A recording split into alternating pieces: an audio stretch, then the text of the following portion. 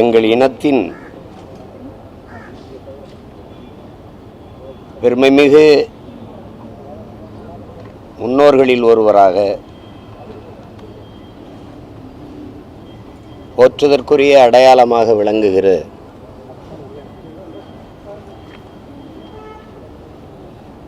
எங்களுடைய பகுத்தறிவு பாட்டனார் அயோத்திதாச பண்டிதர் அவர்களுடைய நினைவை போற்றுகிற நாள் இன்று.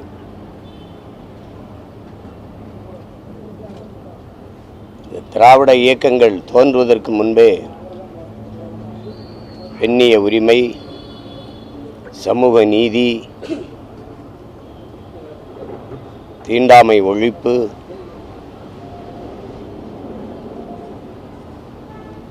பல சமூக சீர்திருத்தங்களுக்கான கருத்துக்களை முன்வைத்து போராடிய புரட்சியாளர். கடைசி வரை தான் ஏற்றுக்கொண்ட கொள்கையில் சமரசம் செய்யாது போராடி வந்த போராளி எங்களுடைய பாட்டனார் அயோத்திதாச பண்டிதர் அவர்கள். தமிழனுடைய மரபுவழி மருத்துவமான பாரம்பரிய இந்த சித்த மருத்துவத்தினுடைய மூலவராக மாபெரும் மேதையாக திகழ்ந்தவர். அவருடைய மைத்துனரான எங்களுடைய தாத்தா ரெட்டமலை சீனிவாசன் இருவரும் இணைந்து இந்த மண்ணிலே சமூக மாற்றத்திற்கு நிகழ்த்திய போராட்டங்கள், புரட்சிகள் என்பது மறக்க முடியாத வரலாற்று பதிவுகள். தமிழ் பேரின மக்களிடத்திலே ஆட்சி அதிகாரம் இல்லாது அடிமைப்பட்டு ஒடுக்கப்பட்டு இருப்பதால் இன்றைக்கு நாங்கள் ஒரு ஓரத்தில் நின்று எங்கள் பாட்டனாருக்கு ஒரு மார்பளவு சிலையை, அது எங்களுடைய மூதாதை திருமூலருக்கு அடையாளம் என்ன இருக்கிறது என்பதை நீங்கள் பார்த்தாலே தெரியும். திருமூலர் தெருமூலராக இருக்கிறார். ஒன்றே குலம் ஒருவனே தேவன்கிறது அவனுடைய முழக்கம்தான்.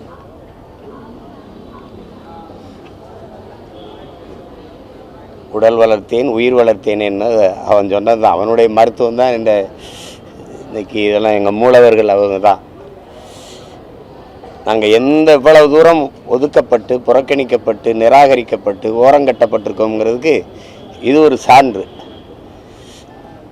அப்படியே எங்கள் முன்னவர்களில் அறிவார்ந்த பெருமக்கள், ஆற்றலாளர்கள் யாராக இருந்தால் அவனுக்கு என்னுடைய வாகனத்தை கடத்திக்கிட்டு போயிட்டு அதுக்கு வேறு வண்ணம் அடித்து விற்கிற மாதிரி எங்கள் பாட்டனாரை தூக்கிட்டு வந்து திராவிட பேரொழி, திராவிட போராளி ஒரு சிலையை வச்சதுனால அந்த சிலை பக்கம் போகாமல் இங்கேயே நாங்கள் வந்துட்டோம். எங்களுக்கும் ஒரு காலம் வரும் இதையெல்லாம் மாற்றி எழுதுவதற்கு. அதனால் அம்பேத்கர் எங்களுக்கு இல்லை, பொதுவாக உலக மானுடர்களுக்கு கற்பித்தது தான். வரலாற்றில் புறக்கணிக்கப்பட்ட இனத்தின் மக்கள் ஒரு நாள் தங்களுக்கான வரலாற்றை தாங்களே எழுதுவார்கள் என்று. பன்னெடுங்காலமாக நிராகரிக்கப்பட்டு புறக்கணிக்கப்பட்டு ஓரங்கட்டப்பட்ட தமிழ் பேரினத்தின் மக்கள், குறிப்பாக இன்றைய இளைய தலைமுறை புரட்சியாளர்கள், தலைமுறை தம்பிதங்கள் எழுச்சியும் புரட்சியுமாக எழுந்து வருகிற காலம். எங்களுக்கான வரலாற்றை நாங்களே எழுதுவோம்.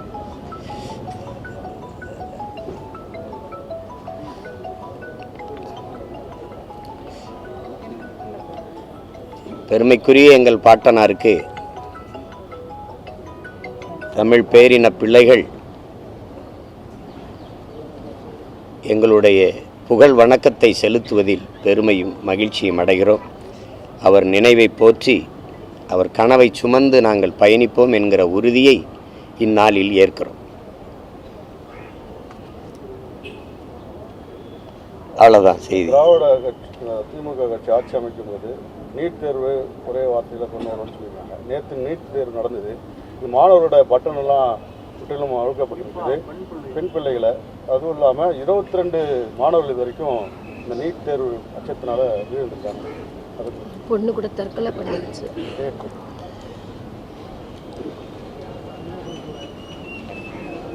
பலமுறை இதை கண்டித்து இதை எதிர்த்து நான் ஊடகத்தின் வாயிலாகவும் சரி பொதுக்கூட்டங்களின் வாயிலாகவும் பேசியிருக்கேன்.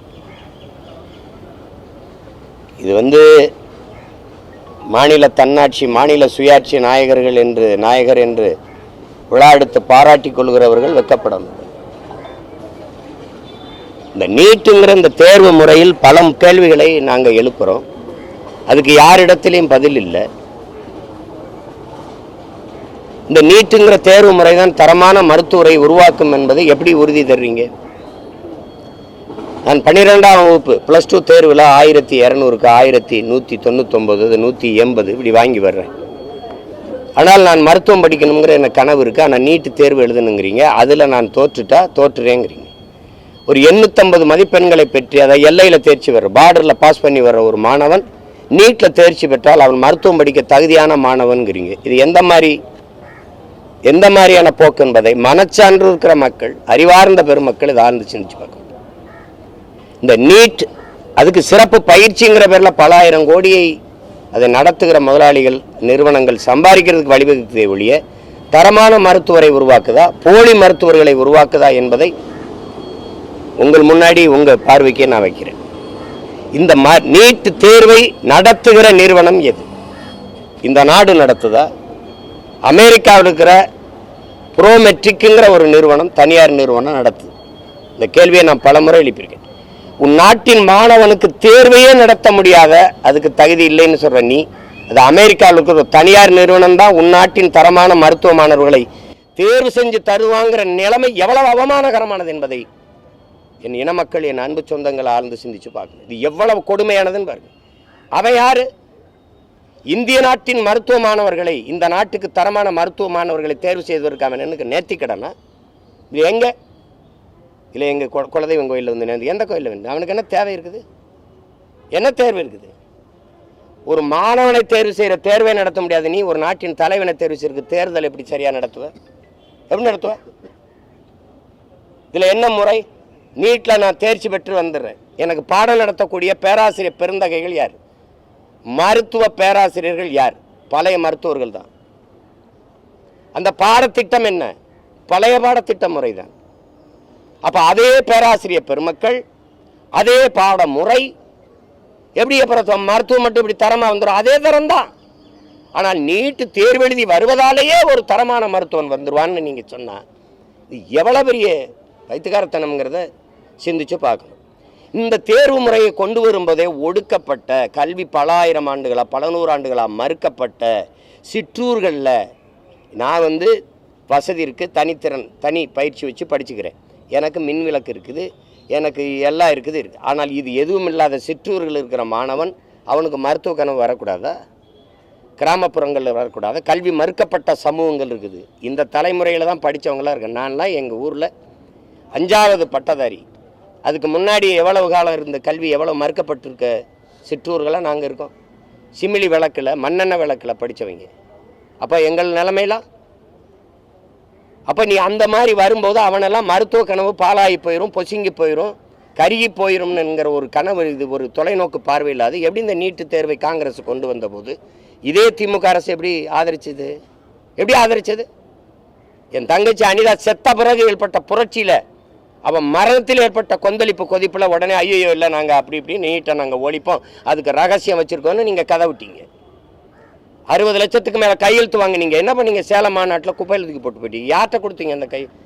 ஐயா பிரதமர் மோடியை சந்திச்சிங்க, ஐயா உள்துறை அமைச்சர் அமித்ஷாவை சந்திச்சிங்க, முதல்வர் சந்தித்தார், தம்பி உதயநிதி துணை முதல்வர் சந்தித்தார். என்ன செஞ்சீங்க? எங்கே கொடுத்தீங்க? எங்கே கொடுத்தீங்க? இது பாதிக்கும்னு தெரியாமல் எப்படி இந்த முறையை கொண்டு வந்தீங்க? சரி, நீட்டை எழுதுறாங்க. இந்தியா முழுமைக்கு மாணவர்கள் நீட்டு தேர்வு எழுதுறாங்க. என் மாநிலத்தில் மட்டும் ஏன் இந்த கொடுமை நடக்குது? இந்தியாவில் எந்த மாநிலத்தில் என் பிள்ளைகளுடைய துப்பட்டாவை எடுக்கிறான், பூநூலாக இருக்கிறான், தலைமுடியை விரிச்சு விடுறான், முழுக்கை போட்ட சுடிதார்னா அரக்கையா வெட்டுறான், உள்ளாடையை எந்த மாநிலத்தில் கலட்டுறான்? என் பிள்ளையோடைய உள்ளாடையை கழட்ட நீ யார்? எது கழட்டுற?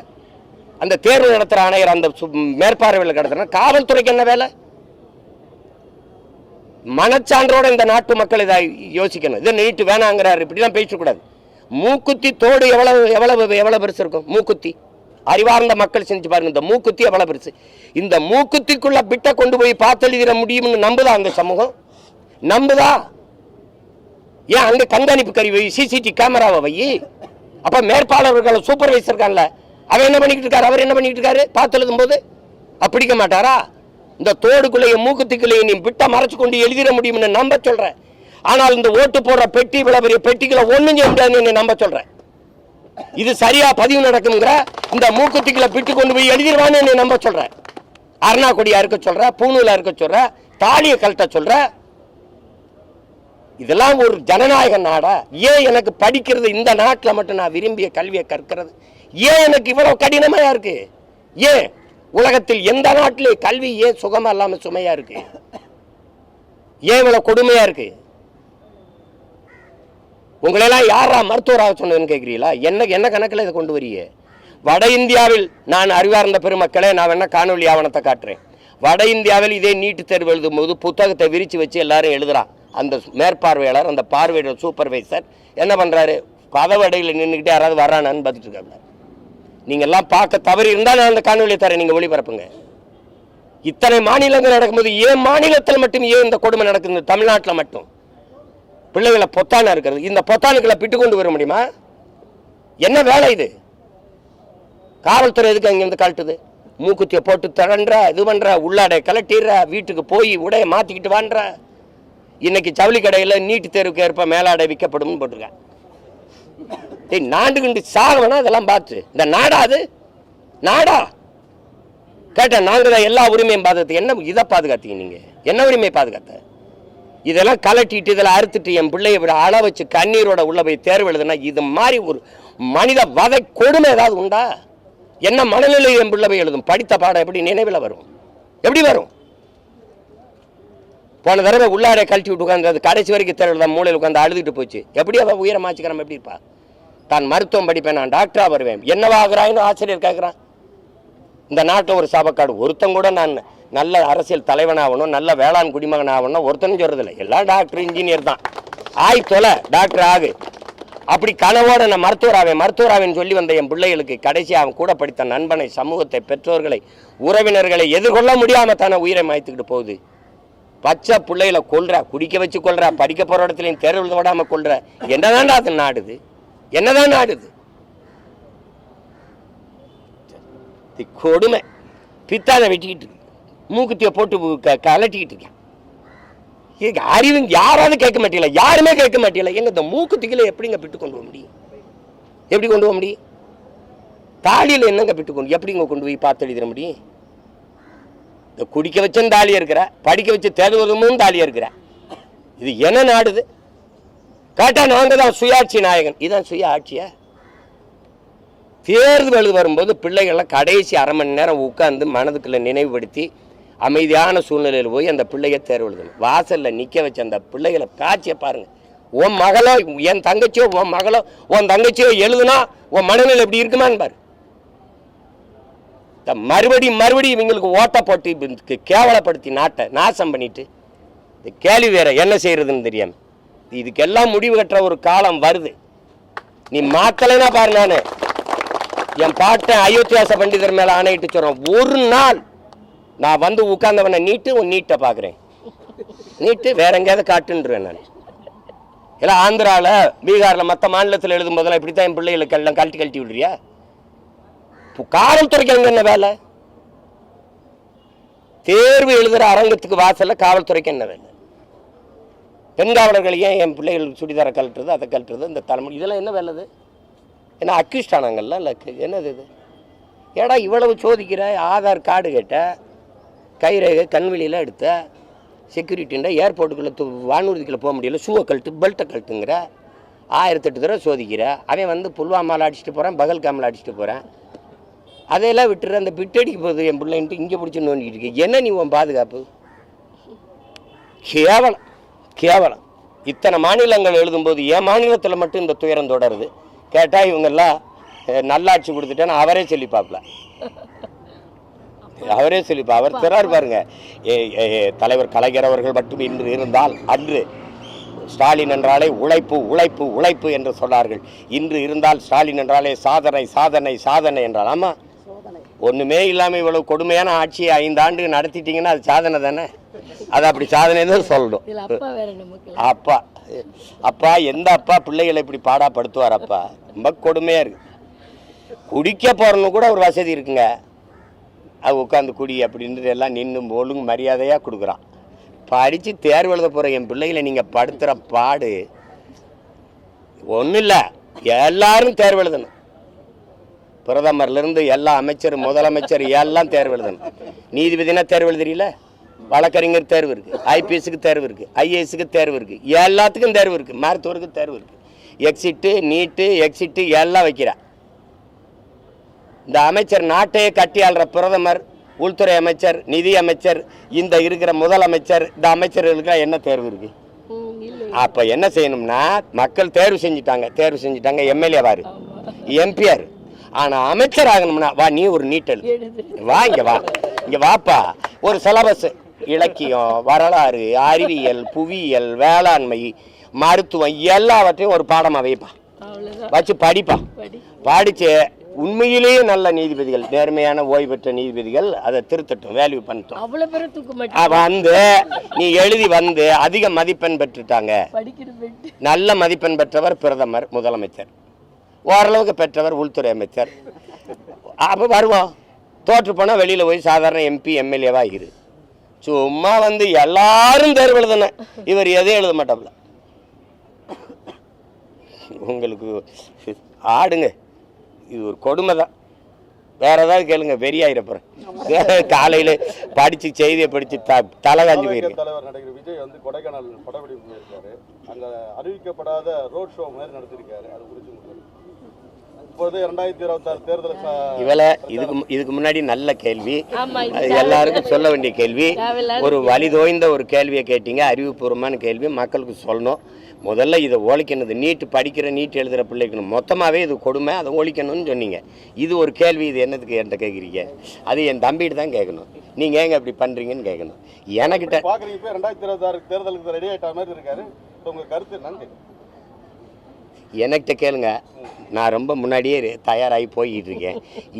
ஏன் கட்சி, ஏன் அரசியல், இவங்க 2 பேருக்கு இல்லை, இவங்க 2 பேருக்கு தான். விளங்குதா? புரியுதா உங்களுக்கு? அதனால அதை விட்டுருங்க. அது என் தம்பியுடைய விருப்பம், அவர் செய்கிறாரு.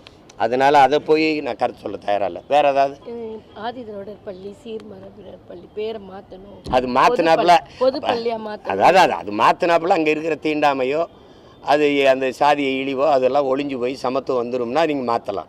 இந்த காலனிங்கிறத எடுத்துட்டாப்புல, அதுக்கு நாங்கள் நேத்தான் ஆட்சிக்கு வந்த மாதிரி பேசிட்டு ரொம்ப நாளாவது காலனி தான் இருக்குது. நாங்கள் சொன்னோம் குடியிருப்புகளாக மாற்றி எங்களுடைய முன்னவர்கள் பெயரில் அந்த குடியிருப்புகளை வச்சுருவோம்னு நாங்கள் சொன்னோம். அதை இன்றைக்கி யாரோ, அது இப்போ தானே தமிழ்லேயே அரசாணை வருது. திடீர்னு பாரதாசன் வந்து எங்கள் தாத்தா இருக்காப்புல, போன வாரம் தான் பிறந்திருக்காப்புல. அதனால் இப்போ அவர் பிறந்தநாள் விழா கொண்டாடி ஒரு வாரம், தமிழ் வாரம் நீங்கள் கொண்டாடுங்க. ஆனால் கொண்டாடுகிற பெருமக்களுக்கு ஒன்று சொல்லுவேன், புரட்சி பாவலன் பாக்கல்ல கொண்டாடும் போது இந்த பாவை எல்லாரும் பாடணும். எது? சிங்கத்தின் குகைக்கில் சிறு நரிக்கு இடம் கொடுத்தோம், செந்தமிழ் நாட்டின் உரிமை இழந்தோம், பொங்கும் உணர்வில் எழுந்தமிழ் அரசு போர் தொடங்கிட்டு கொட்டடா முரசுங்கிறத யாராவது ஒருத்தர் சொல்லணும்.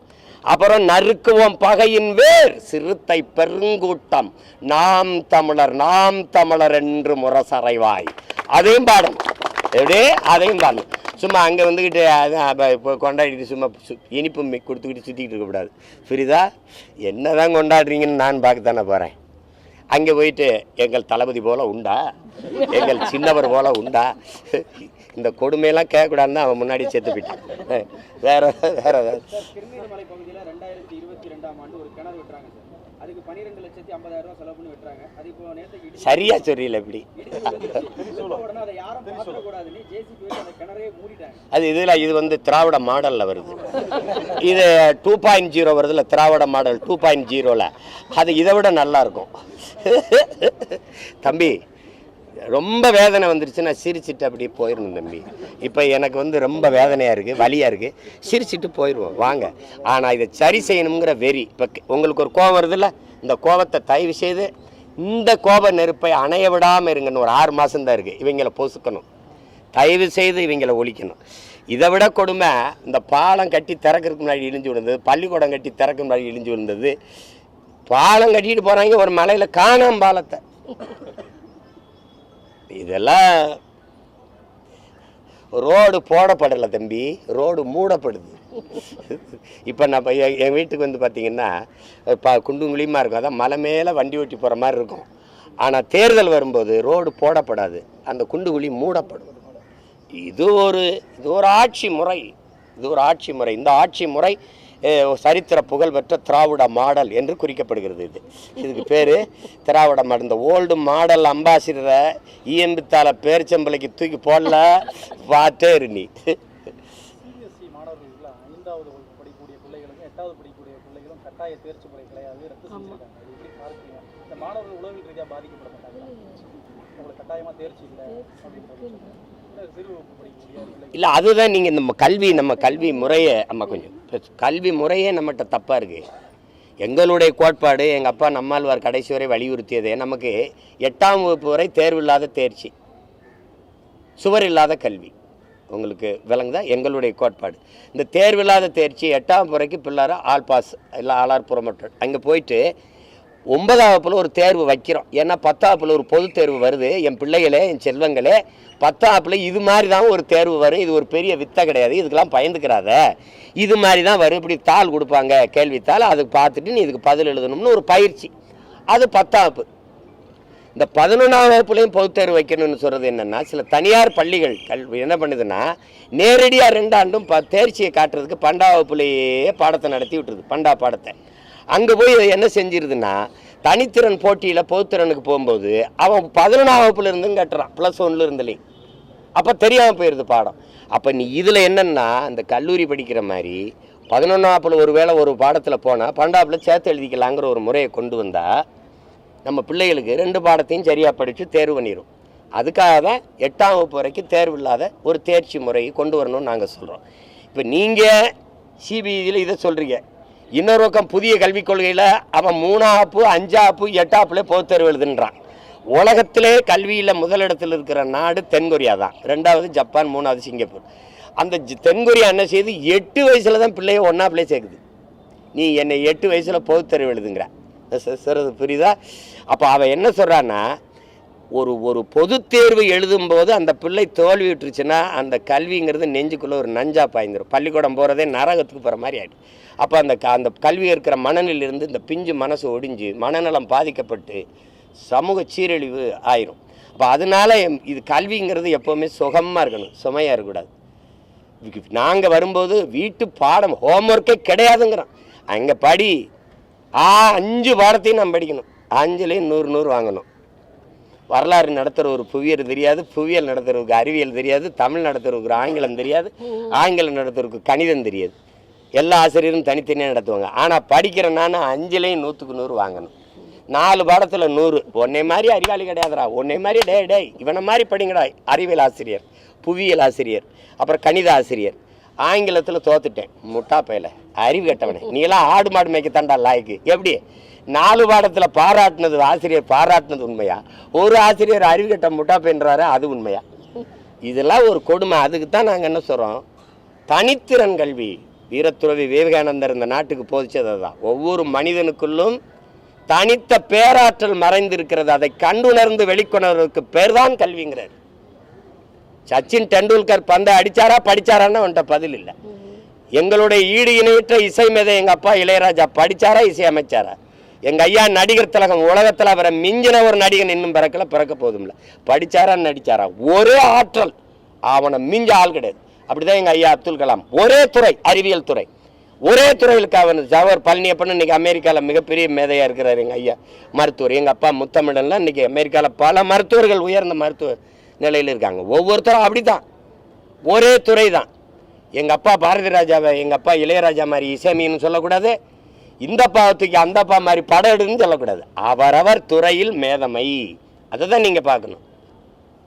கால்பந்து ஆடுறவனை கைப்பந்து ஆடுங்கிறது, கைப்பந்து ஆடுறவனை கால்பந்து ஆடுங்கிறது விருப்பத்துக்கு விளையாட விடு. தனித்திறன் ஆற்றலில் சாதித்தவன் தான். உலகெங்கும் நோபல் பரிசு பெற்ற பேரறிஞன் ஒரே துறையில் சாதித்தவன் தான். அப்படி தானே? நீங்கள் அதை விட்டு சும்மா போட்டு எல்லாம் செய்யணும். நீங்கள் இதுக்கு போட்டு கொண்டுக்கிட்டு இருக்கீங்க. காலவே விளையாண்டு கிரிக்கெட் விளையாடல ஒன்றும் இல்லை. இப்போ சூப்பர் சிங்கரு, இந்த சிறந்த யார் உங்களில் பிறகுதவ அதெல்லாம் நடக்குதுல்ல, நடன போட்டி, பேச்சு போட்டியில் என்ன நடக்குது? பாடி நம்ம பிள்ளைய சிறந்த இசை பயிற்சி பெற்று பாடுதுங்க. எல்லா நாடுகளுமே பாடுது, புகழ் பெறுது, பொருளாதாரத்தில் மேம்படுது. அவ்வளோதான் வாழ்க்கை. போட்டு இங்கிலீஷ் பேசிட்டா English knowledge, not a language. குழப்பிக்காத போட்டு. அடுத்தவன் மொழி உனக்கு அறிவுன்னு அலையிற அறிவு கட்டத்தனத்தை முதல்ல விடு. சும்மா பைத்தியக்கார மாதிரி. பிரிட்டனில் பள்ளிக்கூடம் போகாத விட நல்லா இங்கிலீஷ் பேசுவான். அவனுடைய தாய்மொழி அது. அதை அறிவுன்னு அறிஞ்சிக்கிட்டு இருக்க நீ. என்னத்தே ஒன்று இது ஒரு கொடுமை. இந்த முறை ஒழிக்கணும்னு நினைக்கிறோம். அதுக்கு ஒரு காலம் வருது, விரைவில் வருது. வேற ஏதாவது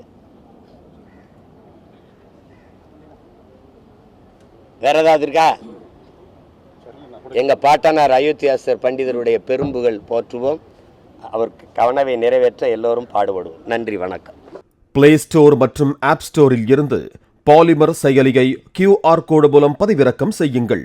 செய்திகளை உடனுக்குடன் பெறுங்கள்.